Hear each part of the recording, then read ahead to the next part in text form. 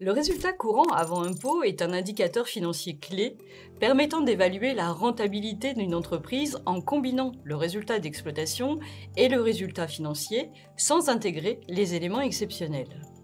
Ce calcul se fait à partir du compte de résultat, des soldes intermédiaires de gestion ou de la balance des comptes et il fournit une vision précise de la performance de l'entreprise en lien avec ses activités principales sans l'impact des événements non récurrents.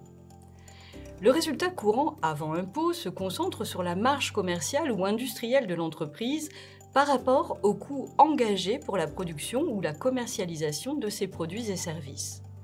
Ce résultat permet aussi d'évaluer la capacité de l'entreprise à générer une rentabilité à travers ses opérations financières comme les revenus et les charges liées aux placements ou aux emprunts.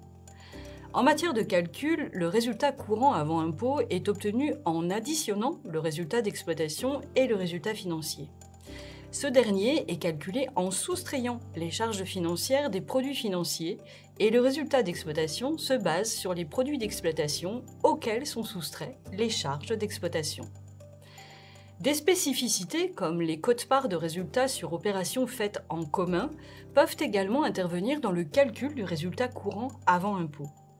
Ces quotes-parts apparaissent dans les sociétés en participation, créées pour des projets spécifiques où les bénéfices ou pertes sont répartis entre les associés.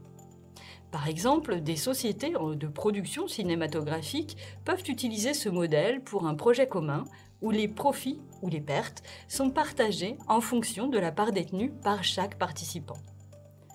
Le résultat courant avant impôt est un indicateur essentiel pour les dirigeants, les analystes et les investisseurs car il révèle la capacité de l'entreprise à couvrir ses charges financières par les profits générés par son activité courante.